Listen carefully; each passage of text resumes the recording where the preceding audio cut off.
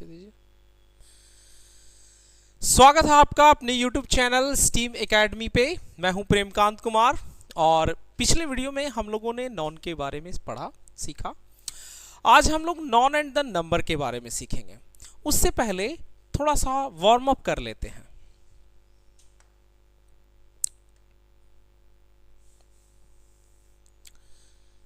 देखिए, कोई भी सेंटेंस जो होता है उसको दो भाग में करके पढ़ना चाहिए।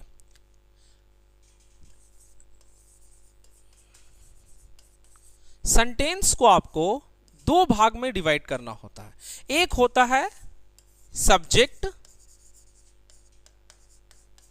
और एक होता है प्रीडिकेट। एक सब्जेक्ट होता है और एक होता है प्रीडिकेट। तो दो भाग में बांट करके सेंटेंस को पढ़ना चाहिए। अब देखिए, किसी भी सेंटेंस का आपको सबसे आगे क्या मिलेगा? सब्जेक्ट ही मिलेगा। और सब्जेक्ट जनरली होता कौन है? या तो नाउन होगा या तो फिर कोई प्रोनाउन होगा। यही दोनों सब्जेक्ट हो सकते हैं।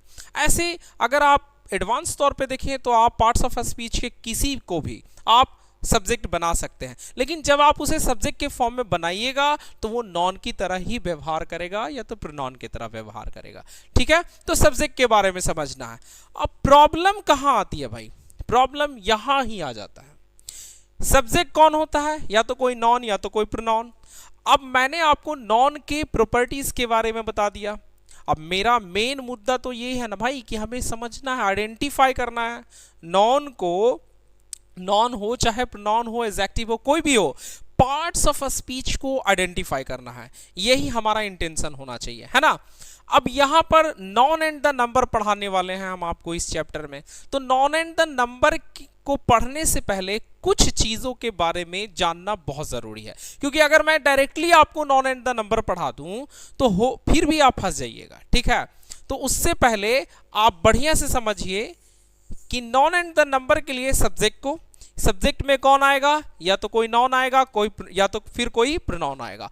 अब ये सब्जेक्ट सिंगुलर भी होता है, प्लूरल भी होता है। तो सिंगुलर और प्लूरल बनाते किसको हैं? नाउन को ही बनाएंगे आप, सिंगुलर और प्लूरल। और प्रोनाउन जो है वो तो जन्मजात होगा भाई, कोई सिंगुलर है तो सिंगुलर होगा, प्लूरल है तो प्लूरल होगा। लेकिन जो नाउन होगा वो सिंगुलर से प्लूरल बनाने की आवश्यकता उसमें पड़ेगी। तो अब किन किन शब्दों को आप प्लूरल बना सकते हैं, किसको नहीं बना सकते हैं, तो नॉन एंड द नंबर पढ़ने से पहले हम इन चीजों को देखेंगे कि कौन सा शब्द जो है वो प्लूरल बनेगा या नहीं बनेगा। ठीक है, तो इसके लिए मैंने 51 मीनिंग्स लिए हैं और उन 51 मीनिंग को मैंने अलग अलग जो एग्जाम्स में आए हैं वो मीनिंग्स वो मैं निकाल करके आपको एक जगह करके दे रहा हूं। आप इसका लिस्ट बना लीजिएगा। चलिए तो शुरू करते हैं। आपको देखिए, हमारे पास कुछ मीनिंग है। अब यहां पर कुछ मीनिंग्स हैं, इसको प्लूरल बनाया गया है। तो देखिए, इसमें मैं कुछ लिख देता हूं।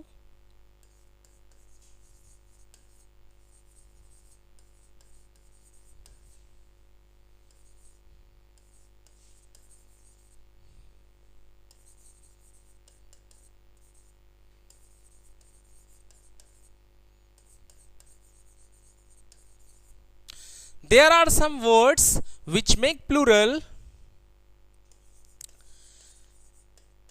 adding s or es, but their meanings are changed. देखिए, यहां पर कुछ नाउन्स हैं जिनका आप सिंगुलर से प्लूरल बनाइएगा तो उसका मतलब भी चेंज हो जाएगा। दैट मीन्स वो सिंगुलर से प्लूरल तो बनेगा ही नहीं, क्योंकि अगर मतलब ही चेंज हो गया तो वो प्लूरल कहां से बना। तो ऐसे नाउन्स की आपको लिस्ट बनाना है। जब आपके पास ऐसा पूरा लिस्ट होगा तो एग्जाम में कोई भी वर्ड अगर इसमें से आता है तो आपको पहले से जानकारी होगा, है ना। अब हम आपसे पूछते हैं बीच में कि ठीक है जी, फोर्स का प्लूरल बनाइए। अब फोर्स का प्लूरल बन में नहीं करेगा, आप कैसे उसको प्लूरल बनाइएगा? अगर आप उसको बना दिए तो उसका मतलब भी चेंज हो जाएगा। और नॉन एंड द नंबर आपको अगर हम पढ़ा रहे हैं बीच में घुसेड़ के दे दिए ऐसे ही 2-4 गो नॉन, तो आप तो जो रूल्स बताएंगे सिंगुलर से प्लूरल बनाने का आप वही रूल अप्लाई कर दीजिएगा, और वो रूल अगर आप अप्लाई कर दिए तो फिर तो हो गया, सब गड़बड़ हो गया। तो उससे पहले हमें ये चाहिए कि हम ऐसे कितने वर्ड्स हैं जिनका सिंगुलर से प्लूरल नहीं बनता है, या तो फिर वो जन्मजात ही प्लूरल होते हैं, इनका पता लगाना बहुत ही जरूरी है। तो देखिए मैंने 51 मीनिंग लिया है और इसको बारी बारी से करके एक एक मीनिंग करके हम लोग देखेंगे, है ना। जाइए देखिए तो, हाँ नहीं कोई बात नहीं सर, ये चेंज हो गया लगता है, ठीक है ना सर, उसमें कलर में कुछ इफेक्ट्स पड़ रहा लगता है। अच्छा चलिए ठीक है सर। देखिए जैसे कि एडवाइस है, एडवाइस का क्या मतलब होता है? एडवाइस का मतलब होता है राय। देखिए कुछ लोगों ने कमेंट किया कि सर हिंदी करके बताइए, इसलिए मैंने सारे वर्ड्स का हिंदी भी लिख रखा है, ठीक है, और मैं आपको हिंदी भी करके बताऊंगा, ठीक है ना। चलिए देखिए एडवाइस मीनिंग देखिएगा बढ़िया से, ADVICE एडवाइस। एडवाइस का मतलब होता है राय, है ना, राय या सलाह होता है। लेकिन इसका एक और मीनिंग होता है, ध्यान रखिएगा,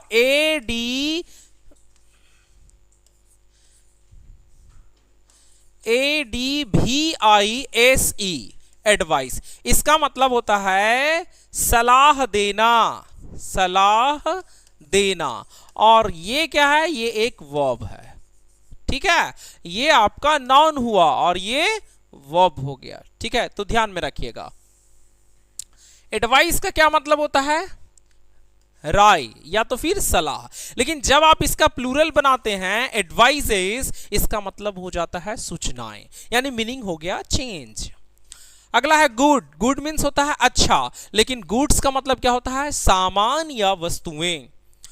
फोर्स, फोर्स का मतलब होता है बल, लेकिन जब आप उसको प्लूरल बनाते हैं फोर्सेस, तो उसका मतलब हो जाता है सेनाएं, है ना, यानी फोर्सेस। आपका है कॉपर। कॉपर का मतलब होता है तांबा, लेकिन जब आप उसको बना देते हैं कॉपर्स, तो इसका मतलब होता है तांबे के सिक्के। आयरन, आयरन का मतलब होता है लोहा, और यहां आयरन्स एस लगा करके बन गया हथकड़ी। एक्चुअल में है क्या आयरन? कॉपर क्या है? ये मटेरियल नॉन है, और मटेरियल नॉन होता ही सिंगुलर है, आप उसे प्लूरल बना ही नहीं सकते हैं। तो ये कैसे प्लूरल बनेगा? अगर ये प्लूरल बना तो इसका मीनिंग चेंज हो जाएगा, जैसा कि देख रहे हैं। देखिए सैंड, सैंड का मतलब होता है बालू, और ये बन गया सैंड्स। सैंड्स का मतलब हो गया रेगिस्तान। वर्ड, वर्ड का मतलब होता है वादा, ठीक है, वर्ड का मतलब वादा, जब हम कोई किसी से वादा करते हैं तो वो वाला वादा, ठीक है ना। और वर्ड्स का मतलब हो गया अनेक शब्द। देखिए वर्ड का मतलब शब्द भी होता है, एक शब्द, और वर्ड्स का मतलब अनेक शब्द भी होते हैं, लेकिन वर्ड का मतलब वादा भी होता है, ठीक है। तो अगर वादा वाला वर्ड को आप प्लूरल बनाइएगा तो वर्ड्स बन जाएगा अनेक शब्द, ठीक है। अगला है अब्यूज। अब्यूज का मतलब होता है गाली, और गाली देना भी होता है, वो भी होता है। अब्यूजेस का मतलब हो जाएगा कुरीतियां, ठीक है। फुट मतलब पैदल सेना, फुट मतलब पैर भी होता है, और फुट मतलब पैदल सेना भी होता है। और फिट, फुट का बना देते हैं हम लोग प्लूरल फिट, तो हो जाता है एक से अधिक पैर, ठीक है। अगला है हॉर्स। हॉर्स का मतलब होता है घुड़सवार सैनिक, और हॉर्स का मतलब घोड़ा भी होता है। लेकिन अगर घुड़सवार सैनिक मतलब है हॉर्स का, तो उसका प्लूरल हम बनाएंगे तो बनवे नहीं करेगा, क्या हो जाएगा? हॉर्सेस। इसका मतलब जो हॉर्स है उसका प्लूरल बन जाएगा, ठीक है। देखिए अब यहां पर जो भी मैं मीनिंग्स दे रहा हूं, ये इनके साथ आपको सेंटेंस बनाने के लिए आना चाहिए। जब तक आप इनके साथ इसका यूज करके आप सेंटेंस नहीं बनाइएगा, आपको ये अच्छे से यूज करना आएगा ही नहीं। तो चलिए मैं आपको कुछ के साथ मैं सेंटेंस भी बना करके आपको दिखाता हूं। चलिए देखिए मैंने यहां पर कुछ सेंटेंस लिया है हिंदी में, और उन सभी शब्दों का मीनिंग्स का यूज करेंगे इसके अंदर। देखिए क्या है, मुझे नया लैपटॉप चुनने के लिए कुछ सलाह चाहिए, है ना भाई, मैं नया लैपटॉप लेना चाहता हूं और वो चूज करने के लिए मुझे सलाह चाहिए। तो मैं क्या करूंगा, इसे कैसे बनाऊंगा? I need some advice. अब यहां पर कुछ सलाह, तो सलाह एडवाइस मैंने यूज किया, तो I need some advice on choosing a new laptop, है ना। I need some advice on choosing a new laptop बन गया, यानी कि मुझे नया लैपटॉप चुनने के लिए कुछ सलाह चाहिए। देखिए, आपको सेंटेंस बनाना आना चाहिए, मतलब कि ट्रांसलेशन भी आपको आना चाहिए, समझें। अगर ट्रांसलेशन बनाने के लिए नहीं आ रहा तो फिर तो ग्रामर हो गया। आपको ग्रामर के रूल्स को रटना पड़ेगा, और कॉम्पिटिटिव एग्जाम्स में कहां से पूछता है, वो क्या लिख करके पूछेगा, आपको हिंदी ही नहीं करने आएगा। यानी आपको अपने मदर टंग में उसको ट्रांसलेट करने के लिए अगर नहीं आया तो फिर आप उसमें से क्या एरर ढूंढ के निकालिएगा। आपको अगर दिया जाए, if I give you some sentences and say to you, you will have to find error in those sentences, is it possible for you to find error in those sentences? क्या आपको उन सभी सेंटेंस में error निकालने के लिए आ जाएगा, find out करने के लिए आ जाएगा? नहीं आएगा। तब तक नहीं आएगा जब तक आप उसे कहना क्या चाह रहा है सेंटेंस, अगर वो समझ में आएगा तभी तो आप उसमें से एरर ढूंढ के निकालिएगा ना, अदरवाइज आप कैसे निकालिएगा, वो एरर आपसे निकलेगा ही नहीं। तो ध्यान रखिएगा, आपको ट्रांसलेशन बनाने के लिए आना चाहिए, आपको ट्रांसलेट करना है, ठीक है। जो भी मैं आपको पढ़ा रहा हूं, तो मैंने जो भी आपको वर्ड्स दिए हैं तो उसका ट्रांसलेशन, उसका यूज आप जब तक नहीं कीजिएगा तब तक आपको अच्छे से अंग्रेजी नहीं आएगी, और साथ साथ वर्ड, जो वर्ड पावर है वो भी बिल्डअप नहीं होगा। देखिए, अगला सेंटेंस है हमारा, ट्रैवल एजेंट ने हमें वीजा आवश्यकताओं के संबंध में कई सूचनाएं दी, है ना। कैसे बनाएंगे? The travel agent gave us several advices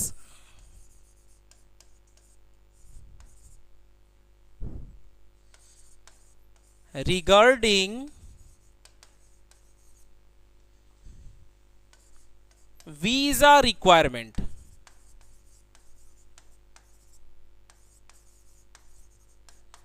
है ना। The travel agent gave us several advises regarding visa requirements, S छूट गया, है ना। तो इस तरीके से आपको ट्रांसलेट भी करने के लिए आना चाहिए। अगला है, टहलने जाने के लिए आज एक अच्छा दिन है ना। तो टहलने जाने के लिए ना आज एक अच्छा दिन है, तो it is a good day, it is a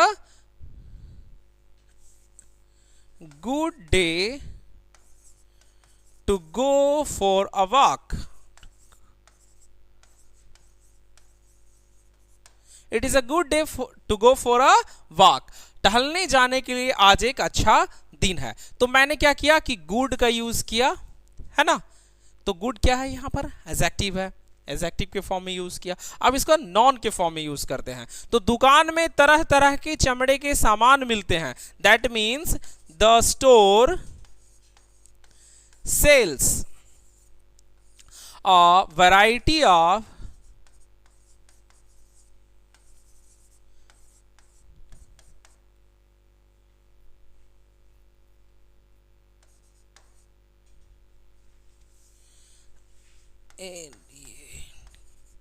leather goods, है ना।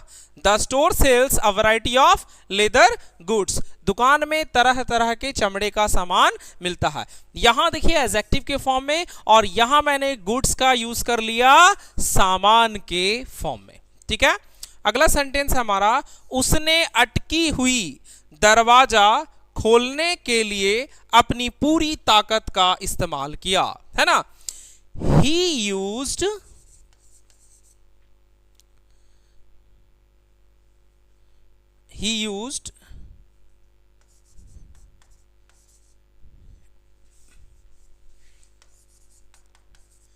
his force to open the stuck door, है ना। He used his force to open the stuck door, है ना। उसने अटकी हुई दरवाजा खोलने के लिए अपनी पूरी ताकत का इस्तेमाल किया। ठीक है, कुछ गड़बड़ हो गया क्या? अच्छा, पूरी ताकत ना है। He used his all force, है ना। यहां पर थोड़ा सा गड़बड़ हो गया था, अपनी पूरी ताकत। तो he used his all force to open the stuck door। चलिए अगला सेंटेंस देखते हैं। अगला सेंटेंस है सशस्त्र सेनाएं देश की रक्षा करने के लिए जिम्मेदार हैं। तो क्या हो जाएगा? The armed forces are responsible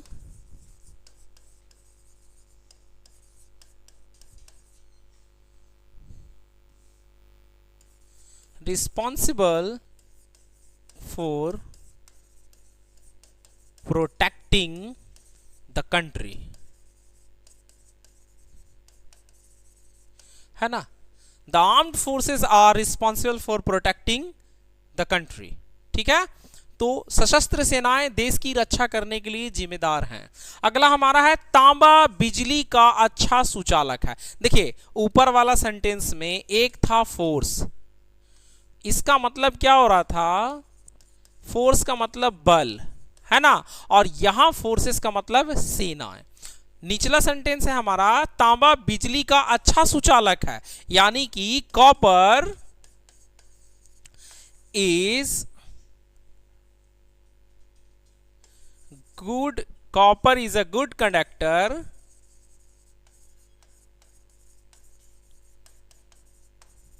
copper is a good conductor of electricity।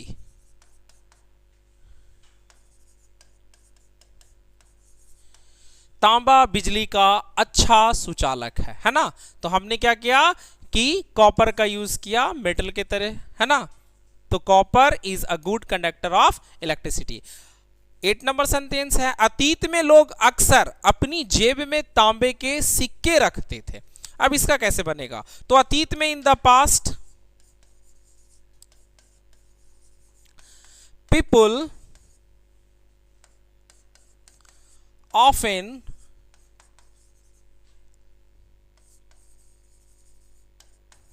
Carried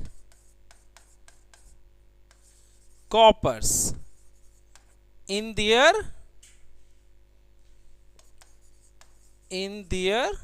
pockets,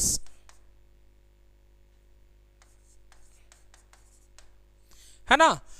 तो in the past people often carried coppers in their pockets, अतीत में लोग अक्सर अपनी जेब में तांबे के सिक्के रखते थे। सेंटेंस नंबर 9 लोहा हमारे खून के लिए जरूरी है। अब लोहा का यूज कर रहे हैं तो हम यहां करेंगे iron. Iron is essential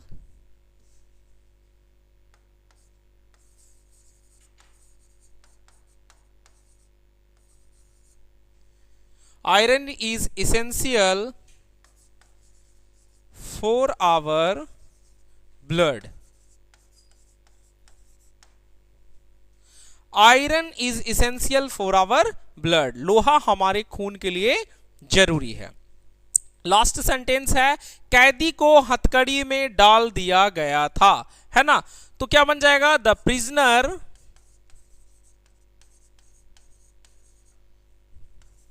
was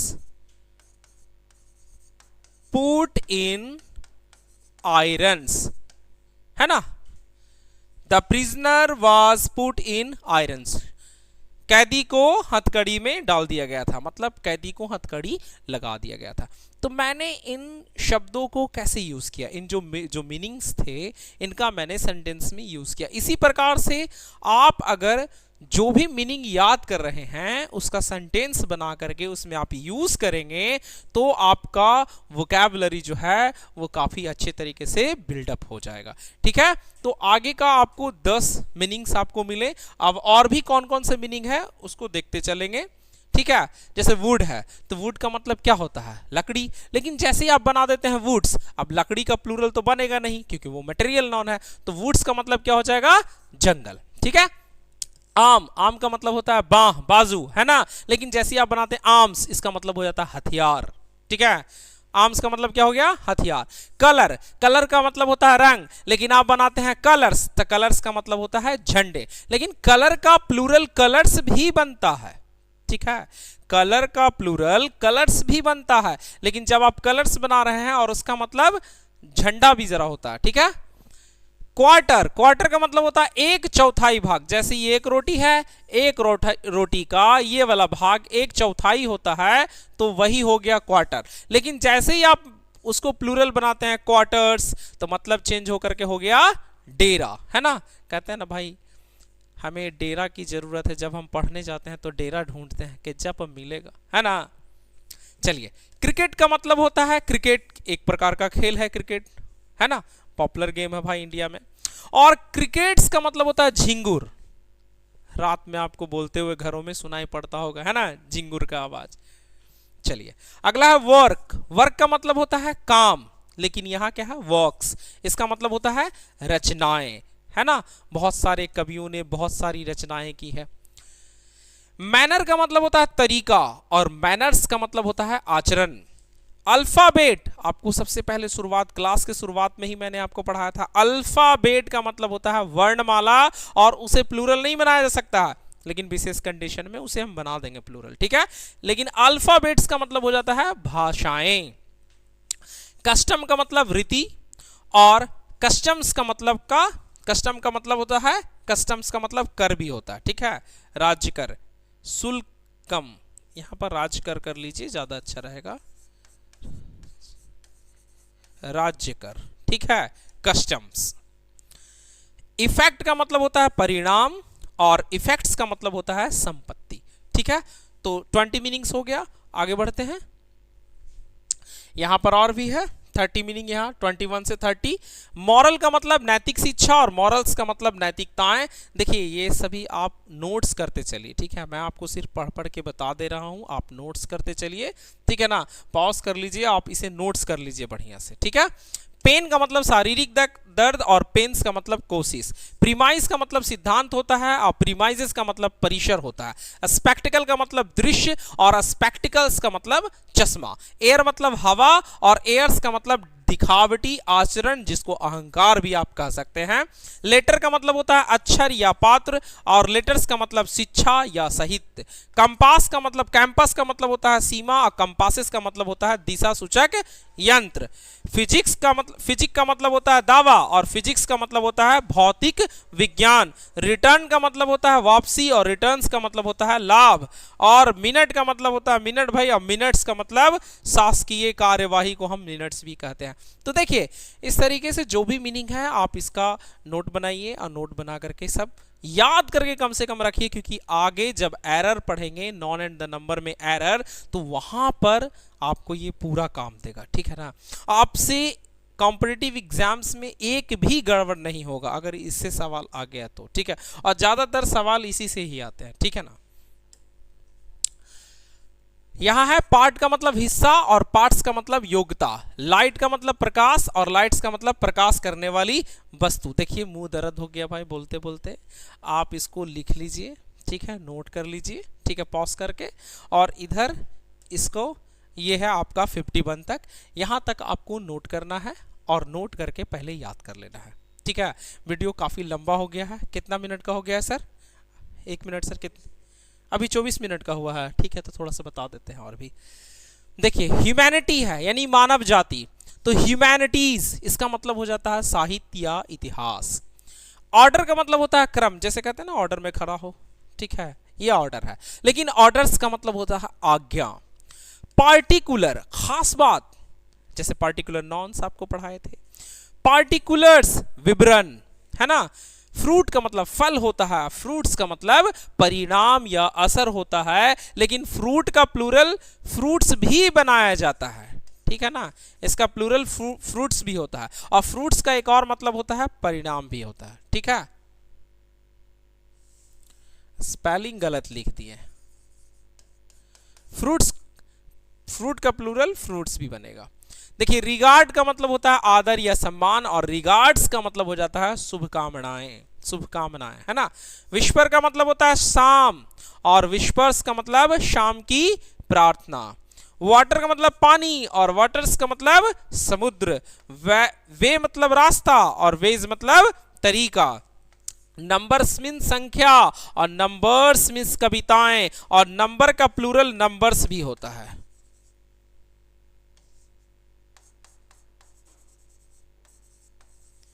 number का प्लूरल नंबर्स भी होता है। ग्रीटिंग का मतलब होता है अभिवादन, और ग्रीटिंग्स का मतलब होता है शुभकामनाएं, शुभकामनाएं, है ना। पाउडर का मतलब धूल, और पाउडर्स का मतलब दवा की खुराक। देखिए आपको जो थंबनेल देखे होंगे उसमें दिया हुआ था नॉन एंड द नंबर, लेकिन ये सिर्फ एक पार्ट मैंने बनाया है क्योंकि वीडियो काफी लंबा हो जाएगा, ठीक है। तो आपको इसमें मैं थंबनेल में मेंशन कर दूंगा पार्ट 1 पार्ट 2 कर करके, ठीक है। इसमें आपको केवल अभी मैं मीनिंग ही पढ़ाऊंगा, क्योंकि बिना ही मीनिंग के आप आगे फंस जाइएगा, ठीक है। तो मैं जैसा जैसा कह रहा हूं वैसे आप करते चले, आपको ग्रामर सीखने में कहीं भी परेशानी नहीं होगी, ठीक है। आपका जो भी एग्जाम होगा, जो भी कॉम्पिटिटिव एग्जाम्स है, उसमें आपका 100 आउट ऑफ 100 मार्क्स रहेगा। एक बार विश्वास कीजिए और पढ़ते रहिए, ठीक है। तो आज के लिए इतना ही, मिलते हैं अगले वीडियो में।